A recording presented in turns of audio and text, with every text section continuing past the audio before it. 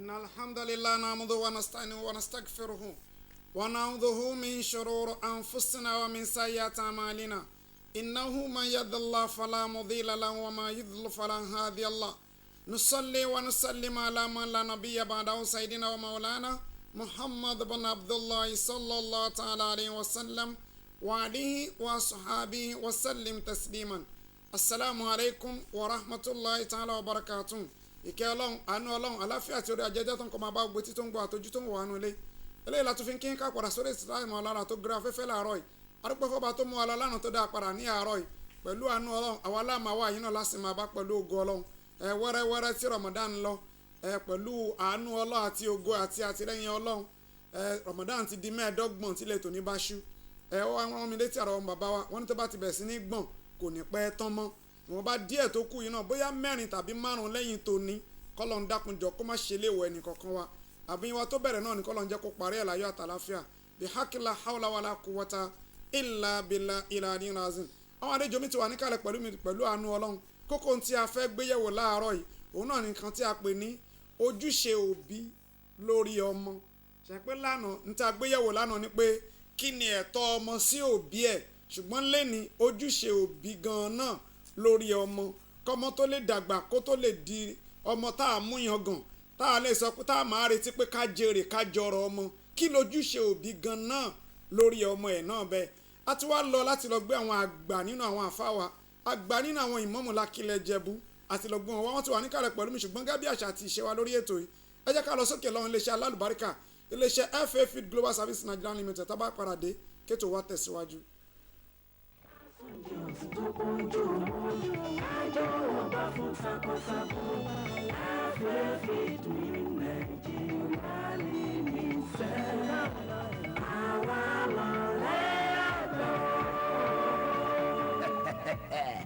FA Feed Mill ọjọ́ kan òjò tí borí ẹgbàá ọ̀dá níbi tí wọ́n ti ń pèsè oúnjẹ fún ọ̀sìn bíi adìẹ tòlótòló ẹja màálùú àti bẹ́ẹ̀ bẹ́ẹ̀ lọ pẹ̀lú èròjà bíi ginseng soya meal fish meal cotton seed cake àgbàdo oyster shell àti bẹ́ẹ̀ bẹ́ẹ̀ lọ tá a tó papọ̀ pẹ̀lú ẹ̀rọ kọ̀mpútà láyìíká tó jíire níbi tí iná kì í ti ṣẹ́jú kódà a tún ṣàyẹ̀wò sí àìsàn ohun ọ̀sìn gbogbo lọ́fẹ̀ẹ́ gbogbo òògùn wọn pátá ló sì wà lọ́dọ̀ wa lákòótán ẹ̀yìn adìẹ kàndùkàndù tó wà fún títà lọ́pọ̀ yanturu lẹ́dínwó.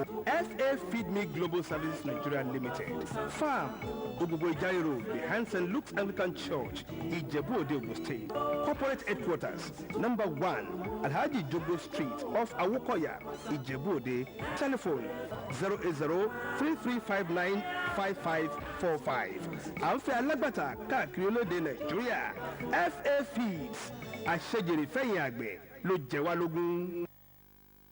káwọ láti lè ṣe FA Feed Global Service Nigeria Limited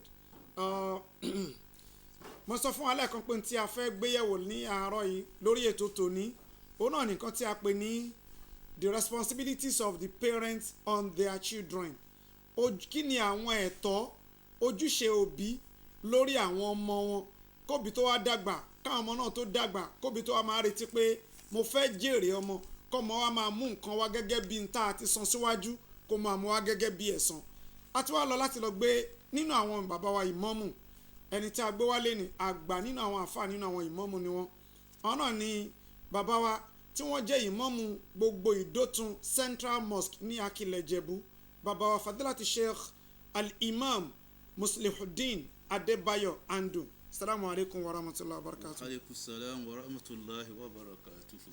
Ẹ káàbọ̀ sórí ètò yìí bàbá gẹ́gẹ́ bí àṣà àti ìṣe wa a máa ń kí yín púpọ̀ tó pé gbogbo ẹ̀yin tẹ́ jẹ́ ìmáàmù wa àtàwọn mufasiru yín níjọ́ tí Ramadan ti bẹ̀rẹ̀ iṣẹ́ náà ò dúró kí Ramadan tó bẹ̀rẹ̀ lẹ́tí ń bu o kí àwẹ̀ bá dé bọ́lá ti máa bẹ̀rẹ̀ kí ni ká ṣe níjọ́ àkọ́kọ́ kíní kan nǹkan kan yàtọ̀ sí yẹn àwọn èèyàn tún máa wá bàbá ìmáàmù wọn ní pé kíní kan lè mọ́mù láàrin èmi àti lágbájá gbogbo iṣẹ́ wọ̀nyí a mọ̀ pé ó pọ̀ lóòótọ́ la mọ̀ pé ẹ̀ ń ṣiṣẹ́ Ọlọ́run ni ṣùgbọ́n yẹ káwa náà ká lè kí yín yorùbá ní pé yínníyínní kẹ́ni kó lè bá a ṣe mí abẹ́ Ọlọ́run kọ́lọ́run dákun fún yín ní ẹ̀mí gígùn àti àlàáfíà tẹ́ẹ̀fì jíṣẹ́ ẹ̀sìn pẹ́pẹ́pẹ́ gbogbo ń tẹ́ bá wá rí ṣe kọ́lọ́run dákun ṣe látẹ̀wọ́gbà bó ti wá hùn kó pọ̀ kó pẹ́ tó kọ́lọ́run jẹ́ kí tàwọn ọmọ yín ju ti yín lọ wàlá hawla wàlá quwwata illa billah ìlàdín lásì bàbá láì ní dénà pẹ́nu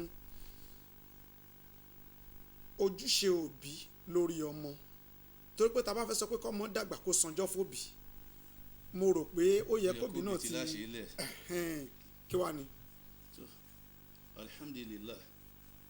alhamdulillah rabbil alamin wassalatu wassalamu ala ashrafil mursalin muhammadi wa alihi wa sahbihi wa man tabi'ahum bi ihsan ila yawmiddin. Alhamdulillah, adá ọpẹ́ fún Ọlọ́run. Alhamdulillah. A kí àwọn ẹni Ọlọ́run lérí ilẹ̀ a sì kí ẹ̀yin náà tí ẹgbìṣẹ́ Ọlọ́run dárí pàápàá láyè tá a wà yìí ní Islam Ona Ola. Ẹ sọ Islam lórúkọ tó ń jẹ́ ẹ wá ń jẹ́ kí gbogbo ayé mọ̀ pé bó ti rí nì. Allahu Akbar. À ń fi eléyìí náà dúpẹ́ fún Ọlọ́run. Alhamdulillah. Nítorí àsìkò gẹ́gẹ́ bí n tí wọ́n pè wá fún wọ́n ní mọ̀síọ́lát liwalidin liatifal alatifal.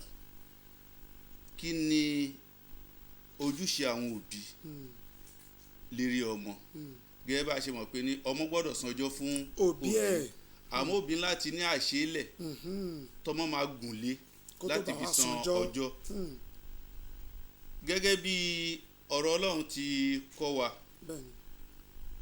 Ọ̀rọ̀ Ọlọ́run náà jẹ́ ká mọ̀ yìí pé ní àwọn òbí ń kọ́ o a ní ojúṣe tá bá lọ wo alukuran orí 7 verse 58 Ọlọ́run ó rán wa létí ń bẹ̀ náà. A'udhu billahi minash shaitanir rajim. Bismillahir rahmanir rahim. Wal baladu tayyibu yakhruju nabatuhu bi'idhni rabbih. Walladhina khabasu la yakhruju illa nakida. Kadhalika nusarrifu al-ayati liqawmin yashkurun. Ọlọ́run sọ fún Ànábì wa Muhammad sallallahu alaihi wasallam ipe ní bí ọkọ bá fẹ́ fẹ́ yàwó àbí ìyàwó náà bá fẹ́ fẹ́ ọkọ ètò jù ni pé ká ṣẹ̀ṣà ìyàwó fún ọmọ tá a fẹ́ bí kí ìyá náà kó ṣẹ̀ṣà ọkọ fọmọ tó fẹ́ bí ìpìlẹ̀ àkọ́kọ́ nìyẹn. Òun lọ́lọ́run ṣe sọ fún anu Kùránì yìí pé ní ilẹ̀ rere ilẹ̀ tó dáa ló máa ṣe èso rere ilẹ̀ tí ò bá dáa nǹkan tó ṣe kínní ló máa jáde ńbẹ̀. Nípa bẹ́ẹ̀ ojúṣe àkọ́kọ́ nìyẹn. Gbogbo ọkùnrin tó bá fẹ́ yàwó láyé òun láti ṣẹ̀ṣẹ̀ ìyàwó tó bá fẹ́ nítorí ọmọ tó bá bí. Irú ìyàwó ló máa jẹ́ ìyá fáwọn ọmọ bẹ́ẹ̀ ni fáwọn ọmọ òun nítorí àwọn ọmọ tó máa jáde látara ẹ̀. Alákọ̀ọ́kọ́ nìyẹn. Ẹlẹ́ẹ̀kejì ńbẹ̀ òun náà ni báwo la ṣe fẹ́ rí àwọn ọmọ tá a fẹ́ bí àwọn ọmọ tá a bí yẹn báwo la ṣe fẹ́ tọ́ wọn. Ìyá tó bá bímọ òun láti fún ọmọ lọ́yàn òun láti tọ́ ọmọ dáadáa kọ́kọ́ náà ó kún lọ́wọ́. Eléyìí náà á rí nínú alukuran orí 2 suratu Bakara á rí ń bẹ̀ àyà 223 àbí 233 náà. والوالدات يرضعن أولادهن وكسوتهن كاملين لمن أراد أن يتم الرضاعة وعلى المولود له رزقهن وكسوتهن بالمعروف لا تكلف نفس إلا وسعها. Àlùkùránì ló ṣe wá rán wa létí pé ní gbogbo abiyamọ tó bá bímọ ojúṣe àkọ́kọ́ fún ni pé kókó fọmọ ẹ lọ́yàn.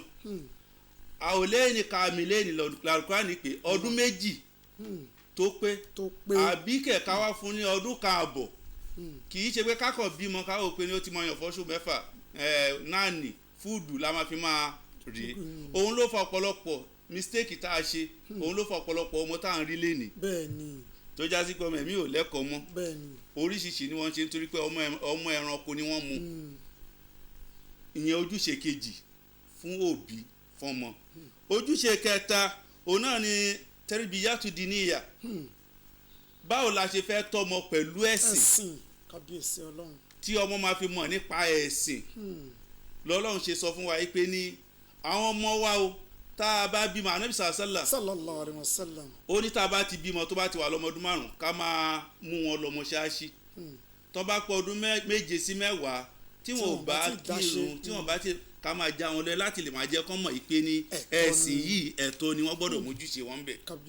So ìyẹn ni ojúṣe ẹlẹ́ẹ̀kẹta.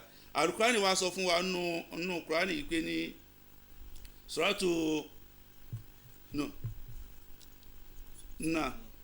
Lukman, Ànábì wa Lukman alayhi salatu wa salam, òun náà pe àwọn ọmọ ẹ̀ láti lè jẹ́ kí wọ́n mọ̀ pé ní ẹ̀sìn Islam yìí ń kọ́ o ẹ̀sìn ni tóun bá lọ ẹ̀sìn tóun fẹ́ filẹ̀ fún yìí ẹ̀sìn náà ni kí ẹ máa ṣe náà. وإذ قال لقمان لابنه وهو يعظه يا بني لا تشرك بالله إن الشرك لظلم عظيم.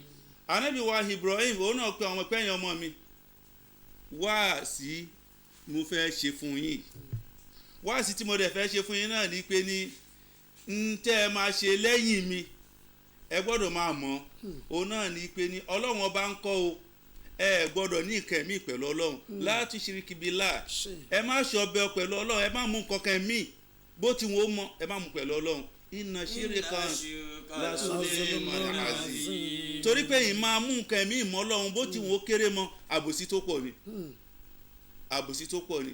Ìyẹn ni pé ní gbogbo àwa bí ẹmọ náà à ń láti máa mójúṣe wa sọ́lọ́run, káwọn ọmọ wa náà kí wọ́n mọ ojúṣe wọn náà sí Ọlọ́run.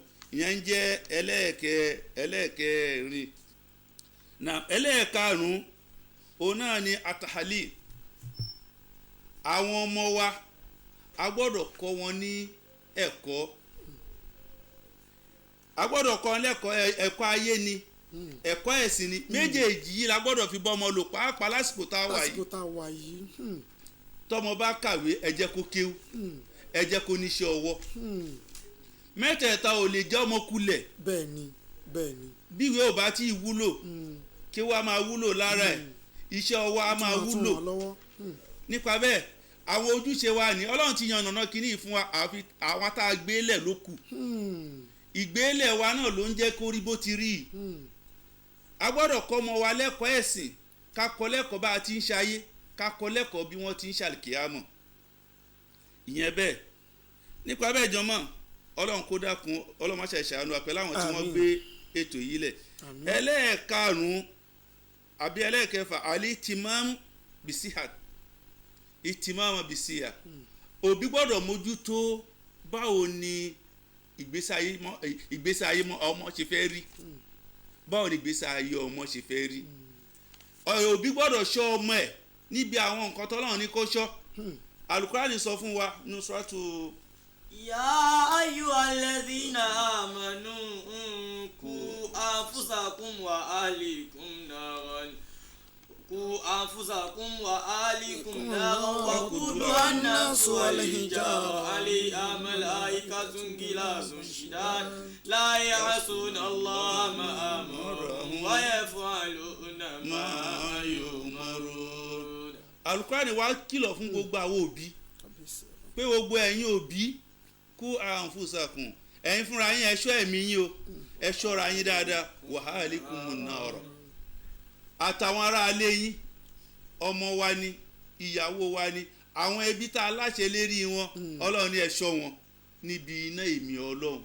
Iná tó já sí pé ní kúdú anáṣù àlèjà, èèyàn àti àwọn àlìjọ̀nú àtàwọn òkúta ńláńlá lọ́lọ́run ní àfikún náà.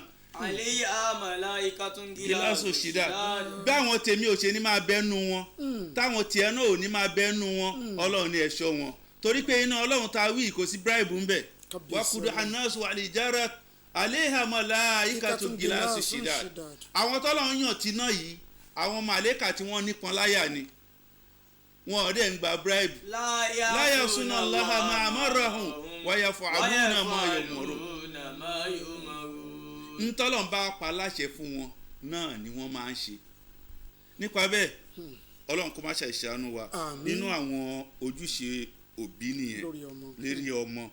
Ànábì wa Muhammad sallallahu alaihi wasallam òun náà wá tó a ṣàlàyé fún wa nípa ntí à ń pè ní al-ikhlaq bil hamidat, ìwà tá a máa fi yin ọmọ, ọmọ yìí máa dá o, ọmọ rí màá lọ́mọ yìí o ìwà ni wọ́n ń pè bẹ́ẹ̀ torí ìwà yẹn náà l'Ànábì fi kọ́ wa sallallahu alaihi wasallam ìwà yìí ó wá di ọwọ́ èmi àti ẹ torí pé gbogbo òbí pátápátá lọ́mọ máa jogún ìwà látara ẹ̀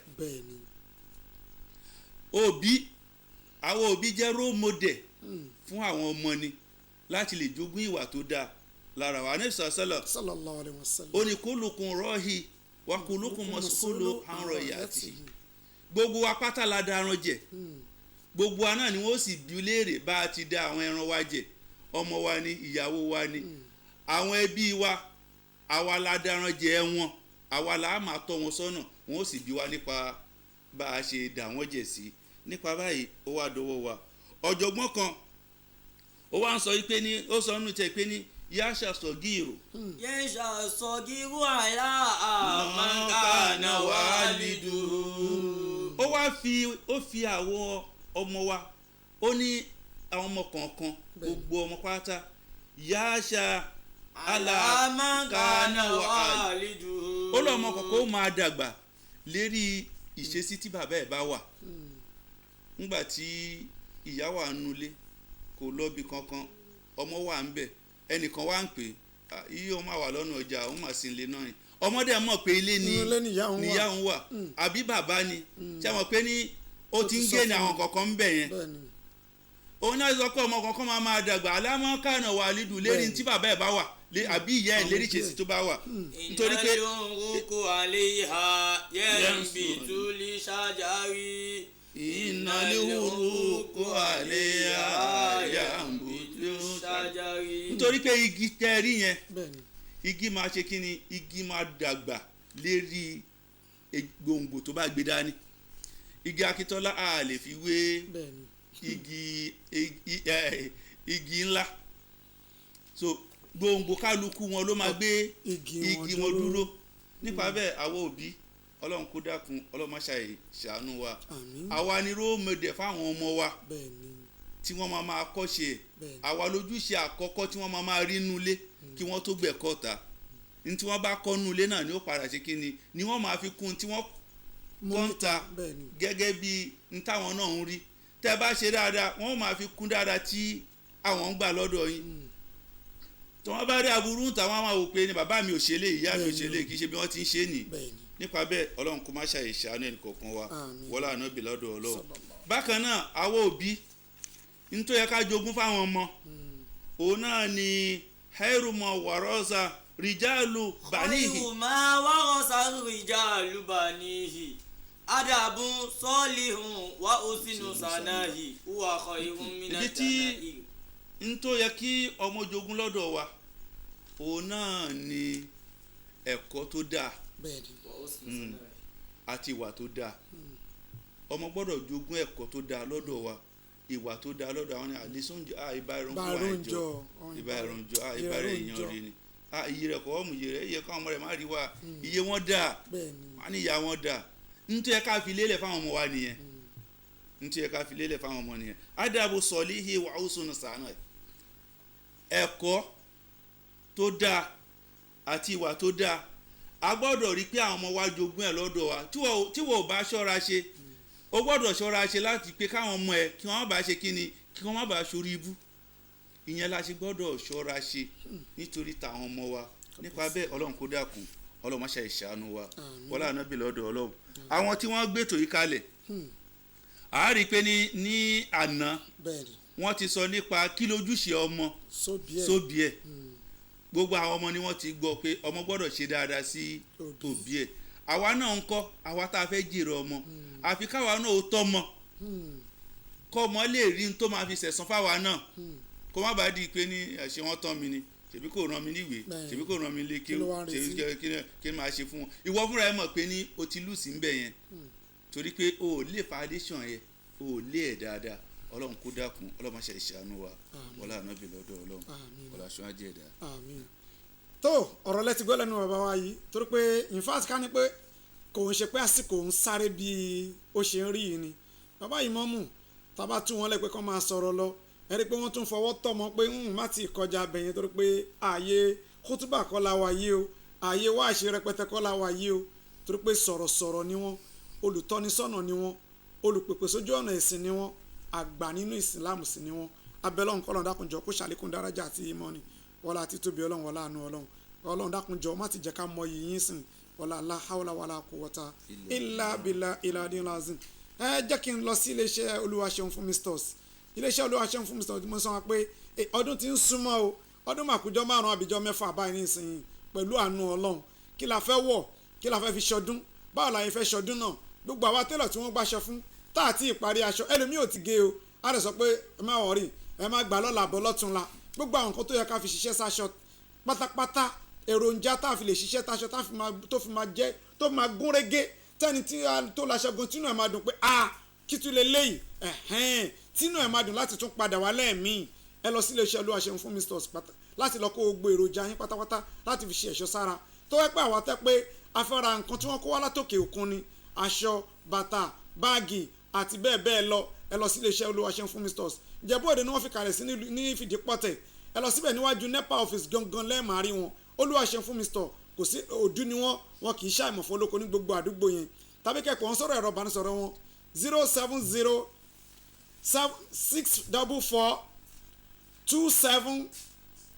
070-644-27939 iléeṣẹ́ Olúwaṣeun fún misters ni ọ̀gá ni wọ́n nínú àwọn tí wọ́n ń kó èròjà wá láti ìlú Amẹ́ríkà bẹ́ẹ̀ dẹ̀ ni bákan náà ni ló ti yẹ pé lẹ́ni mo tún mú iléeṣẹ́ méjì kan wá lónìí náà tí mo fẹ́ polongo fún wa torí pé mo ti lọ mo ti bọ̀ mo ti rí ìkan wà nílùú Ìjẹ̀bú Òde ìkan wà nílùú Abẹ́òkúta ṣùgbọ́n màá ṣì máa bọ̀ díẹ̀díẹ̀ ní wẹ́rẹ́wẹ́rẹ́ lẹ́yìn ilé ìsìn ẹ jẹ́ ká lọ sókè lọ́hùn iléeṣẹ́ YS FM ká lọ síbẹ̀ tá a bá padà dé kéto wa máa tẹ̀síwájú.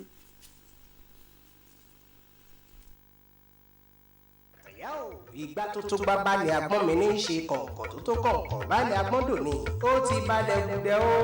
YS Farms ti ṣàgbékalẹ̀ ìrọ̀rùn gbẹdẹmukẹ fún gbogbo olùgbé Ìjẹ̀bú Òde àtàgbègbè rẹ̀ pátápátá nítorí onírúurú ẹran àgbò tẹ́ ẹ bá fẹ́ pátápátá ló wà ní iléeṣẹ́ YS Farms. ẹran màálù lóríṣiríṣi náà wà níbẹ̀. ayẹyẹ tẹ́ ẹ bá fẹ́ ṣe ìṣílé ni ìkẹ́kọ̀ọ́ gboyè kíkọ́ṣẹ́ yọrí tàbí ayẹyẹ ìgbéyàwó bó ṣe ìtúnu àwẹ̀ tàbí fún iléyá. iléeṣẹ́ YS Farms lẹ́tì oríṣiríṣi ẹran àgbò tẹ́ ẹ bá ń fẹ́ àti ẹran màálù ní owó tí ò gani lára. ẹ̀yin tẹ́ ẹ bá ń fẹ́ ẹran àgbò àti ẹran màálù lábábọ́dé ẹ máa bọ̀ ní YS Farms.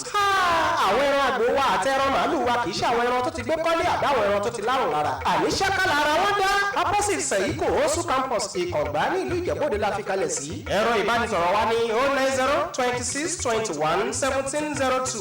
ẹ tún lè kàn sí wa lórí WhatsApp náà 090-26-21-1702. ẹ̀yin tẹ́ bá fẹ́ tẹ àtẹ̀jíṣẹ́ sí YS Farms lórí ímeèlì yusufadewale752@yahoo.com ní ímeèlì wa. ní iléeṣẹ́ YS Farms ẹran àgbò àti ẹran màálù ibẹ̀ ní ilé wọn wà. YS Farms ìfọ̀kànbalẹ̀ yín ló jẹ wá lógún.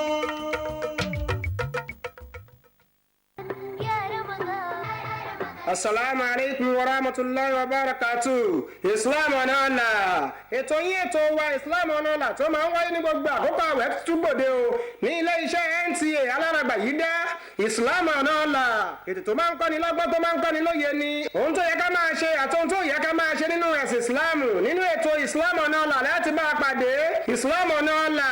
abala ẹ̀bùn lórí ọ̀rọ̀ náà wà fún àwọn olùgbọ́ wa lójoojúmọ́ nínú ètò Islam Ona Ola yìí náà ni o látọwọ́ ustaasi wa Ìdílé ODUN ní bẹ̀rẹ̀ láti agogo 6 àárọ̀ títí wọ agogo 7 àárọ̀ wákàtí kan gbáko ní o Islam Ona Ola láti ṣe onígbàwọ́ ètò àbíṣe polówó ọjà ẹ lè pè sórí àwọn nọ́mbà wọ̀nyí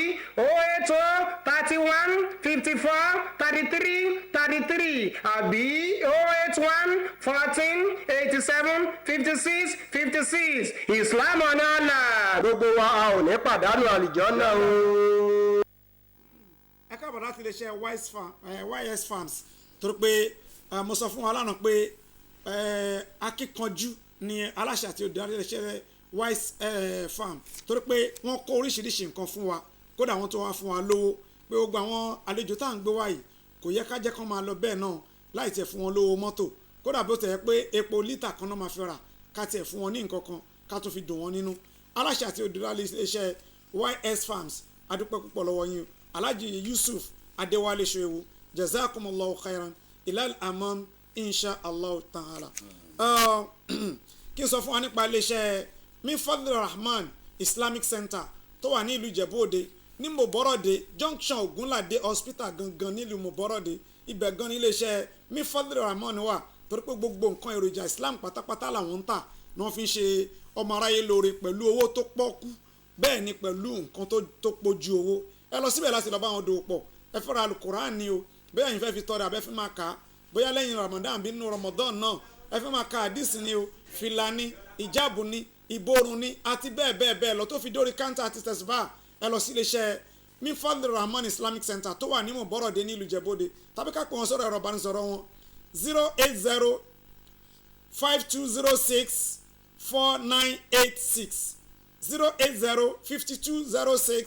08052064986 iléeṣẹ́ Mifadli Rahman Islamic Center àwọn nìyẹn bẹ́ẹ̀ náà ni ká má gbàgbé pé iléeṣẹ́ Aqua Bash Water àti iléeṣẹ́ The Bash Frozen Foods torí pé bí ọdún ṣe ń súnmọ́ wa ló yẹ ká ti máa palẹ̀ mọ́ kó má yẹ pé ńgbà tó bá di ọ̀la láṣẹ̀ṣẹ̀ máa jáde pé ńbọ̀ láti fẹ́ rà kí la fẹ́ rà èrò máa ti pọ̀ jù wìtìwìtì ìrọ́ kẹ̀kẹ́ ti máa wá dójú ẹ̀ nígbà náà ẹ lọ sí iléeṣẹ́ The Bash Frozen Foods láti lọ máa ra àwọn nǹkan tẹ́ fẹ́ lò ẹja croaker tilapia titus panla àti bẹ́ẹ̀ bẹ́ẹ̀ bẹ́ẹ̀ bẹ́ẹ̀ lọ tó fi dórí chicken àti turkey gbogbo ẹ̀ pátá ló wà ní iléeṣẹ́ The Bash Frozen Foods àti iléeṣẹ́ Aqua Bash torí pé wọ́n wà nífẹ̀gbẹ́kẹ̀gbẹ́ ni ní number 1 Alhaji Latif Jogbo Street ọ̀fà Awókọ̀yà nílùú Ìjẹ̀bú Òde ẹ pè wọ́n sọ̀rọ̀ ẹ̀rọ ìbánisọ̀rọ̀ wọn bóyá kẹfẹ́ lọ síbẹ̀ pé ṣàlèwà kóńsìn ṣé mélòó la lè kó èló ni ẹjọ́ dúnàdúrà lórí tẹlifóònù bóyá kẹ lórí WhatsApp ní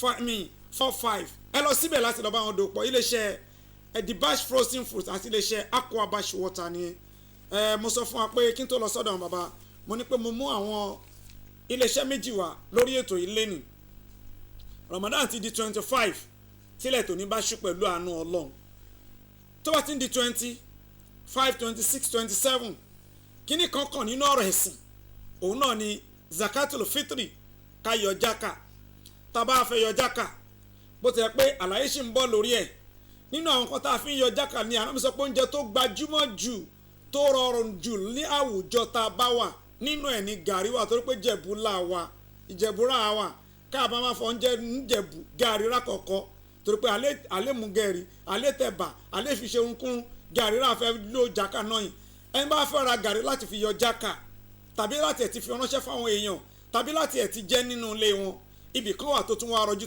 tó tún pojú lówó ẹ nídìí láti lọ sọ́jà láti máa rán títì láàrin àwọn èrò ẹ ní láti lọ máa wò pé ń bọ́ná ti gbélé wa gàrí tó pojú owó ó wà ní gàrí Ìjẹ̀bú Abake Farms Limited Abake Farms Limited wọ́n ti ṣe nínú oko wọ́n ti gbé wá sáàrin ìlú gàrí tó mọ́ gàrí pé tẹ́tẹ́ yìí gan bá rí tí ìbá pé èèyàn wà nínú àwẹ̀ á fẹ́ lè sọ pé kán bomi sí kóun mu díẹ̀ nínú ẹ̀ bí ó ṣe pójú owó bó ṣe clean tó dẹ̀ máa wùyàn mu kódà aroma tó máa jáde nínú ẹ̀ tẹ́yìn náà máa gbọ́ ọkàn yín máa balẹ̀ pé kódà tá a bá gbélé èdè ìlú Amẹ́ríkà owó ló máa bá dé ẹ lọ sí nọ́mbà Ìjẹ̀bú bẹ́ẹ̀ ni gàrí Ìjẹ̀bú gidi tó pé òórùn ẹ̀ rẹ ti máa dá mọ̀ pé eléyìí kan lẹ́nu láti inú òórùn rẹ ti máa mọ̀ ẹ lọ pè wọ́n sórí ẹ̀rọ ìbánisọ̀rọ̀ wọn tàbí kẹ́ ṣáàtì wọn lórí WhatsApp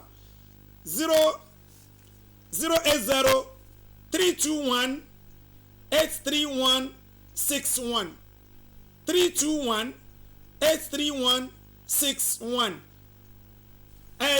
olùléṣẹ́ wọn àbí ọ́fíìsì wọn wà ní Ìgbẹ̀bà Road ní àdójúkọ Dípọ̀ Dínà Anglican Church ní Ìgbẹ̀bà Road ibẹ̀ ní iléeṣẹ́ wọn wà tí ọ́fíìsì wọn wà ṣùgbọ́n ẹ lè pè wọ́n sórí ẹ̀rọ ìbánisọ̀rọ̀ wọn kódà ẹ lè ṣáàtì wọn lórí WhatsApp ẹjọ́ dúnàdúrà wọ́n á dẹ̀ sọ fún yín pé báyìí ló ṣe wá o kódà wọ́n ti wá package ẹ̀ 5 kg wà 10 kg wà 25 kg àti 50 kg ó rọrùn púpọ̀ gan-an nínú 5 kg yẹn mo wò pé mélòó ló wà nínú eléyìí kóńgò 4 àti ìlàjì ló wà nínú ẹ̀ tó dẹ̀ kún dára kò ń ṣe àwọn tí wọ́n tán ti lu kóńgò nídìí o iléeṣẹ́ Abake Farms Limited ọ̀gá ni wọ́n nílò àwọn tí wọ́n ń ṣe gàrí tó pójú owó náà bàbá wa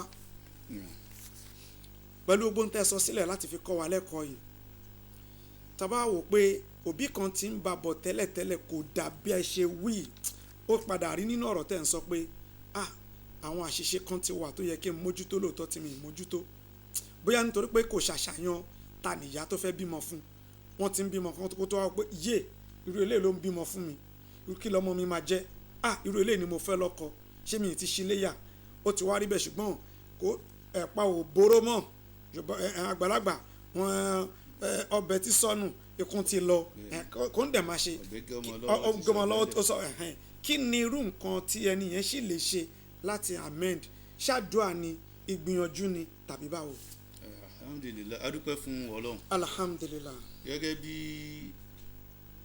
question tí bàbá wa ọmọ wọn ẹ máa ní olùdarí ètò yìí tí wọ́n bi wá léèrè yẹn adúpẹ́ lọ́dọ̀ Ọlọ́run pé ẹ̀mí ṣì wà. bẹ́ẹ̀ni. so nígbà tí ẹ̀mí ṣì wà yìí. ẹ sọ pé ìrètí ń bẹ. ìrètí ṣì ń bẹ.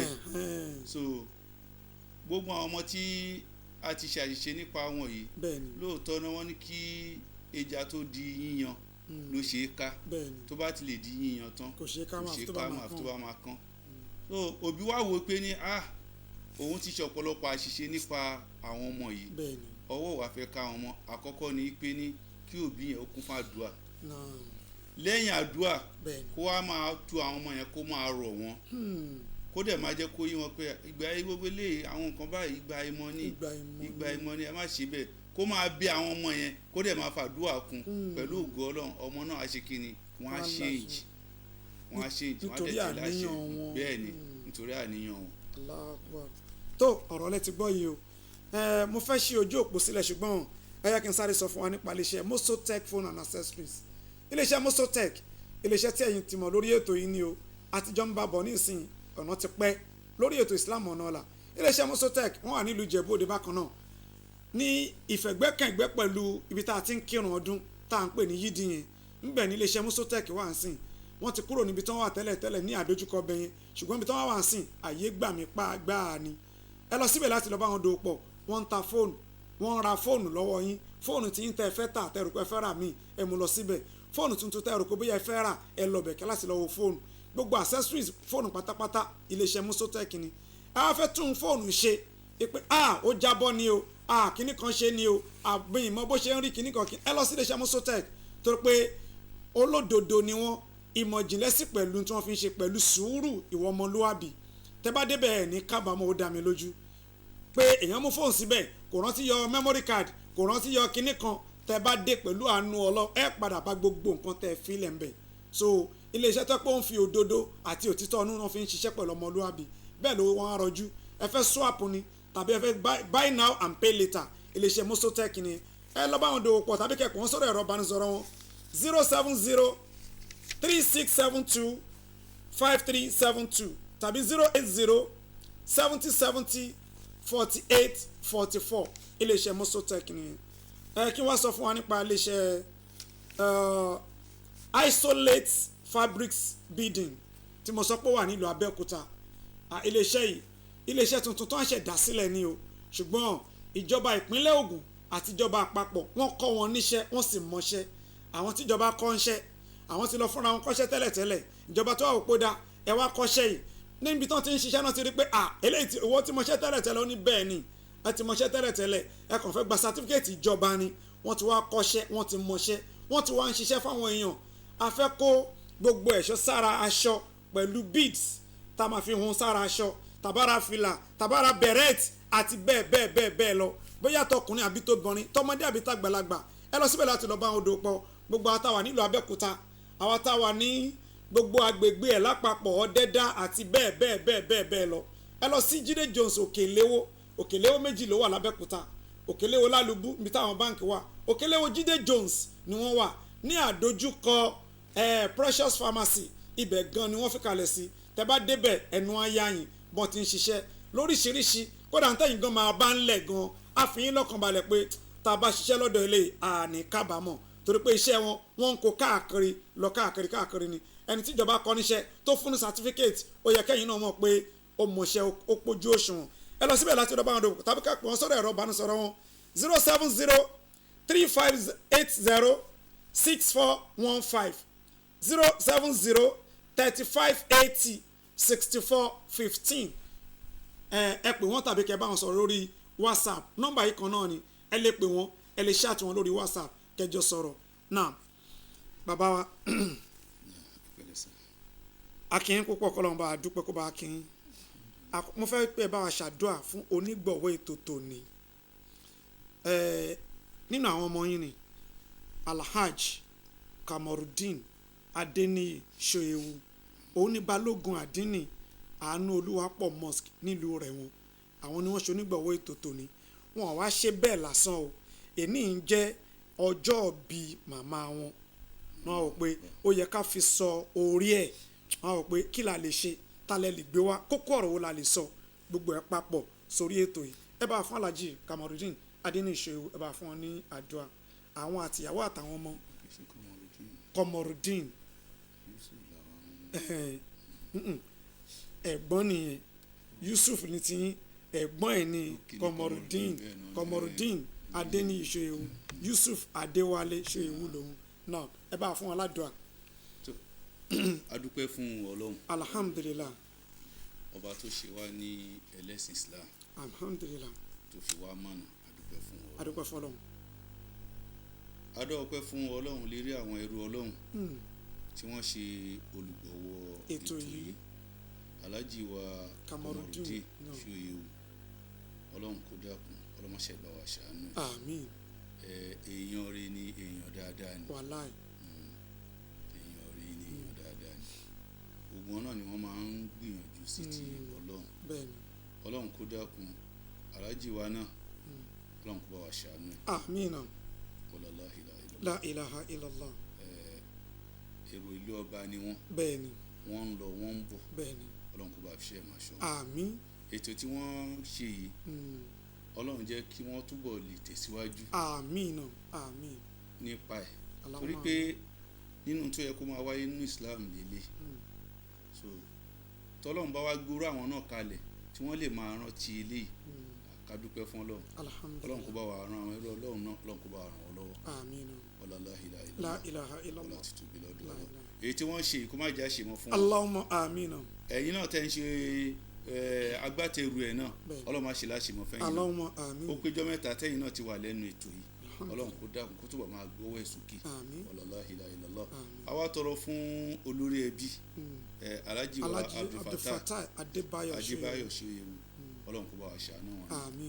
èèyàn rẹ̀ ni tó dẹ̀ fi nǹkan dáadáa lọ́lẹ̀ ó kọ́ gbogbo èèyàn wá tálẹ́kọ̀ọ́ nípa ìwà bá a ti ṣe sẹ́bi Ọlọ́run kó bá wa ṣàánú ẹrú Ọlọ́run náà gbogbo iléeṣẹ́ wọn Ọlọ́run má jò jó náà má jò rí bí àdánwò mi wala ilaha illallah. alfa wa Muhammadu Yusuf Soyewu Ọlọ́run kó bá wa ṣàánú òun náà a ti gbọ́ lẹ́ẹ̀kan nípa iléeṣẹ́ tiẹ̀ náà tóun náà ń YS Farm Ọlọ́run kó dákun fáàmù yẹn Ọlọ́run jó máa gbòòrò sí Ọlọ́run jó máa gbòòrò sí gbogbo àwọn tá a wí èèyàn rí ni wọ́n tí wọ́n dẹ̀ ń fi dáadáa lọ́lẹ̀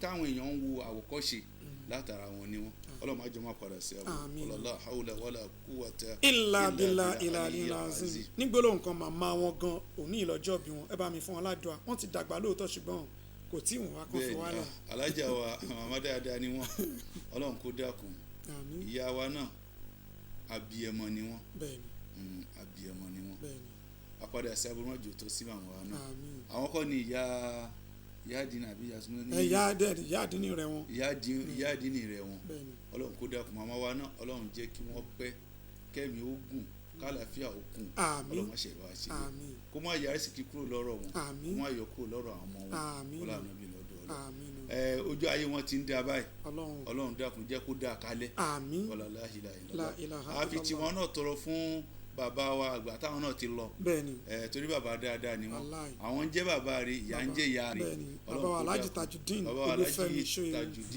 Olúfẹ́mi Soyewu Ọlọ́run dákun bá kẹ́ bàbá náà bisimilayi kuli wàllá. bisimilayi rahman rahim kul huwallahu ahad Allahu samad lam yalid wa lam yulad wa lam yakun lahu kufuwan ahad. ìyá wa náà ti àtọrọ fún ká ṣe líláfíà tàlámúná ṣíra kan fún wọn Ọlọ́run kó dákun kó bá wa ṣe àlékún ìdùnnú fún màmá náà.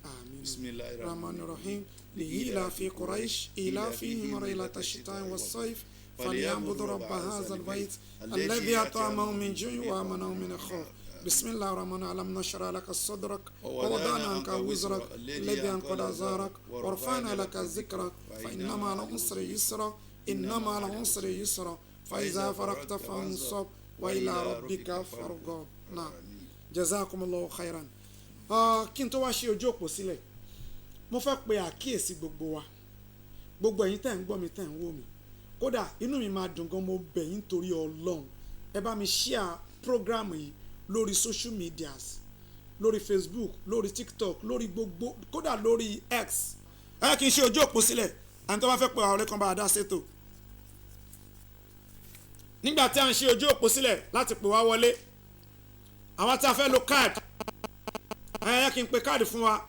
Glow card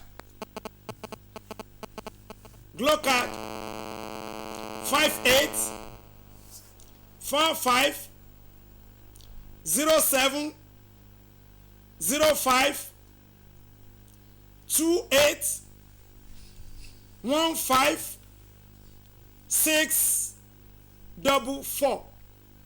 Again, 58 45 0705 28 15 644. Glow card ni MTN nítorí àsìkò 30 48 99 29 97 16 75 330. Again, 30 48 99 29 97 16 75 330. MTN yẹn. Kotsi Alaja Balkis Olamide Lasisi, Alaja Balkis Ayomide Lasisi, àwọn ni wọ́n fún wa ní káàdì yẹn. Jazakumullahu khaira, kọ́lọ́n dákun bá dúpẹ́ kó bá san yín lẹ́san. Salamu alaikum. Wa alaikum salam wa rahmatullahi. Tani yẹn salati bo. Mudasir Owoduni láti ìlú Ijebu Ode. Nbọ̀ ládùúgbò Ijebu Ode náà mo fẹ́ mọ Owoduni wo ni. Owoduni ti bo nbọ̀ ládùúgbò yín. Olúkòkò, okay. Torí a gbọ́dọ̀ máa mọ ibi tí Owoduni ti wá. Now, kí ni kókó tá a fi sọ̀rọ̀ láàárọ̀ yìí?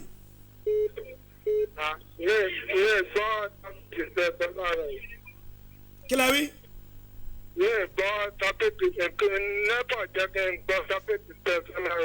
Nepa ò jẹ́ kẹ́ ẹ gbọ́. Báwo lẹ ṣe wá pè wá?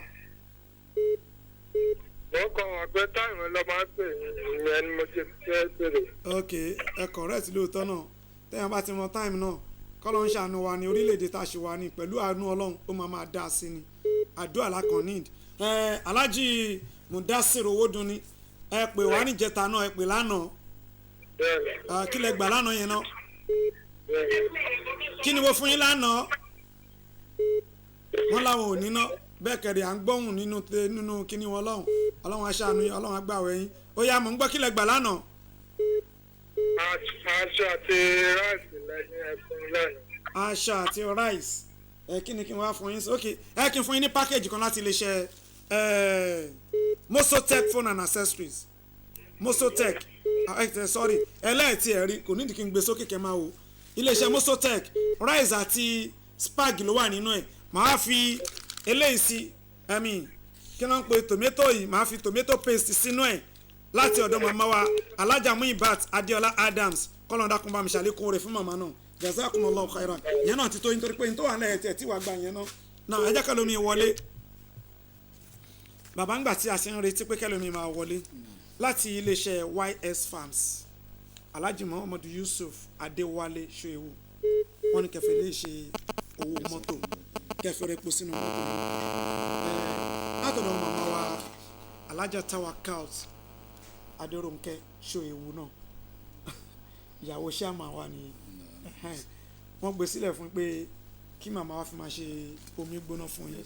Wọ́n gbélé sílẹ̀ ní ìrántí bàbá wọn, bàbá wa Alhaji Abdulrasheed Ayélérò, kọ́lọ́n dákunjọ kó bá wa ṣe ní kúrò sinmi fún wọn, kọ́lọ́n gba àwọn lẹ́rú, kọ́lọ́n ṣàlùjọ́ náà lọ́wọ́ fún wọn láàárọ̀ wàtá.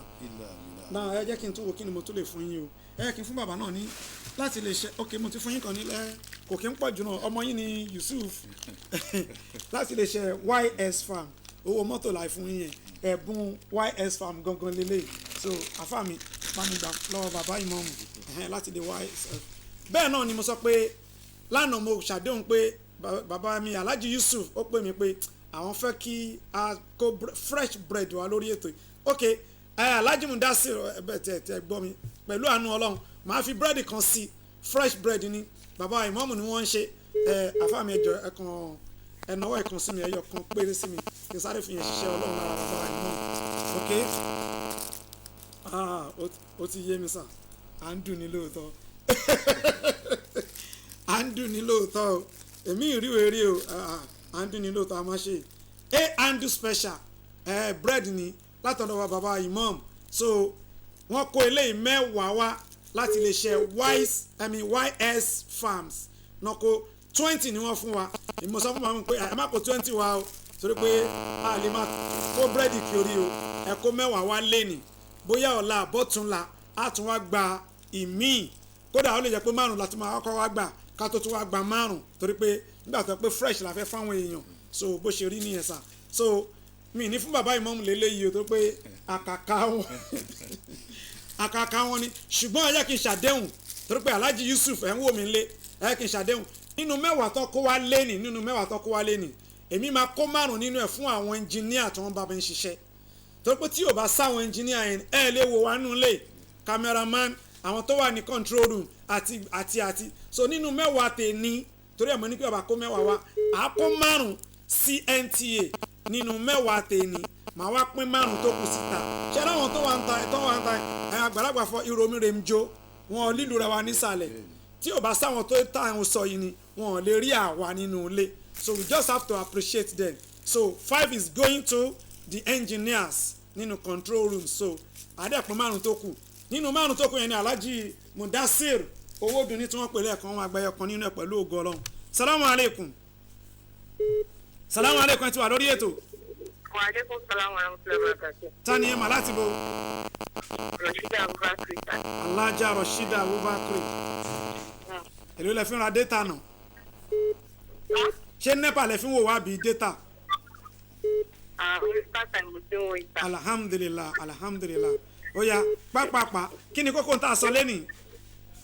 Ní ìdílé síbẹ̀ tí mo wo program kan ṣáná ẹ̀kan. Mo ṣàǹfà tí bàbá ń sọ ṣá. Mo gbogbo nǹkan tó bá wa sọ náà lórí ọ̀rọ̀ òbí sí ọmọ náà ní kọ́lọ́n kó ṣàánú wa. Ọlọ́run á káwọ́ Ọlọ́run á kọ́ wa mọ̀ ṣe. Àwọn ọmọ wa náà kẹ̀lé wọn ní ọmọ pàpà ńlá jí mọ́ wa lọ́wọ́. Gbogbo ẹ̀tọ́ òbí lórí ọmọ Ọlọ́run á jẹ́ ká lè mú ṣe. Mo kí wọn wọ́n kú wa tó tónu látàárọ̀. Gbogbo nǹkan tó ti kọ́ wa Ọlọ́run á jẹ́ ká pa àwa tí wọ́n kọ́ àwọn tí wọ́n sọ àti àwọn elétò tí wọ́n pétò náà kalẹ̀ Ọlọ́run ní ṣe níbalẹ̀jọ àbúrú sẹ́ni kọ̀ọ̀kan wá sí aláwọ̀ wáta. ìlà ẹ̀yin gan pàápàá ti di ẹ ti pẹ́ lẹ́yìn àwọn ìmọ̀ọ́mù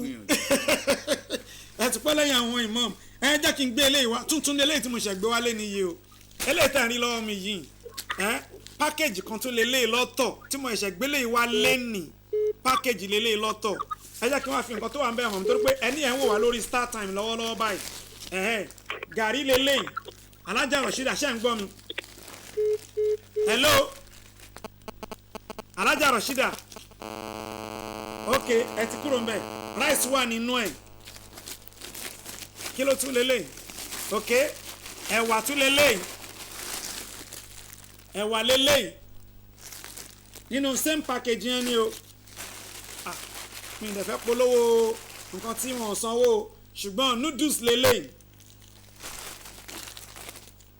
ṣúgà láti iléeṣẹ́ yẹn iyọ̀ láti ibìkan náà lọ so package kan lélẹ́yìí látọ̀dọ̀ ọmọ màmá wa Alájà Riskat Adétòrò Quadri aka ara òkan mi màmá wa Alájà Quadri àwọn ọmọ wọn náà gbé eléyìí wá pé kán gbé fún wọn lórí ètò it's a special package you can see ó contain ẹ̀wà ráìsì gàrí noodles iyọ̀ ṣúgà àti bẹ́ẹ̀ bẹ́ẹ̀ lọ so láti ẹ yẹ kí wọ́n fi eléyìí sí fún yín Alájà Rashida Bakri màá fi síládì ọ̀tọ̀ màmá wa Alájà Muyibat Adéọlá Adams kọ́ lọ fi kí èròjà ọbẹ̀ àti kínní ó ti pé nìyẹn pẹ̀lú àánú Ọlọ́run eléyìí la fi máa dágbére lórí ètò lé ní pé torí pé àsìkò bá wa ṣọ̀rẹ́ pẹ̀lú ògo Ọlọ́run àtijọ́ pàdé lórí àkọ́tún míì lọ́la ń tà tún gbébọ̀ lọ́la ń tó kan gbogbo ọmọ orílẹ̀-èdè Nàìjíríà ni kí sọ̀rọ̀ ẹlẹ́sìn mùsùlùmí àbí ti kínní pẹ̀lú ògo Ọlọ́run àwa la máa wá ẹ̀yin la sì máa bá mo fi àsìkò yìí dúpẹ́ lọ́wọ́ bàbá wa imam torí pé bí ọ̀nà ṣe pọ̀ tó mi ì jẹ́ kí wọ́n sun oorun sáré ẹ ṣáà máa bọ̀ àtúndì lórí afẹ́fẹ́ kọ́lọ́n dákunjọ kó má dùn yín ní ládàá ẹ̀ Ọlọ́run jẹ́ kẹ́ bá ń bi tó lérè Ọlọ́run jẹ́ ká gbà yín ṣàǹfààní gbogbo ọmọ tó jáde lára yín àtàmọ́ tẹ́ fẹnu tọ́ Ọlọ́run dákun jẹ́ kẹ́ jèrè gbogbo wọn la hawla wala quwwata illa billah. Assalamu alaikum warahmatullahi ta'ala wabarakatuh.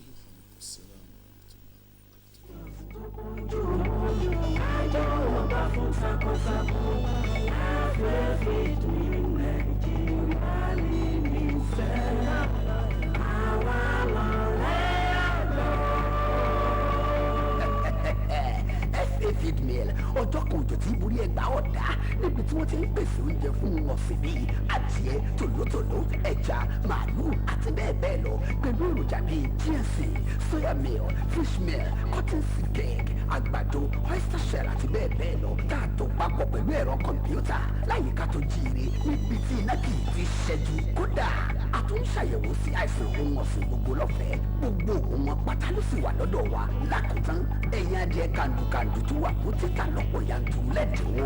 SA Feed Me Global Service Nigeria Limited. Farm Ogbogbo Ijari Road, behind St. Luke's Anglican Church, Ijebu Ode, Ogun State.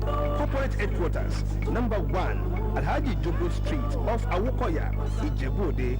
Telephone 080-3359-5545. Àǹfẹ́ alágbàtà káàkiri olóde Nàìjíríà.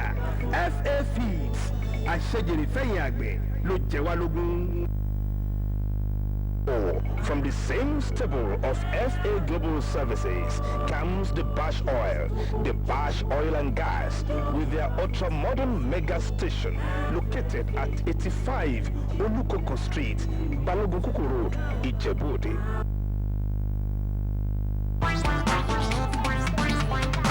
Ọ̀fẹ́ jára màálù àbábò tó bá mú ṣe. Bọ́lá sí bòmíràn YS Fami ó lọ. Ọ̀fẹ́ jára màálù àbábò tó bá mú ṣe.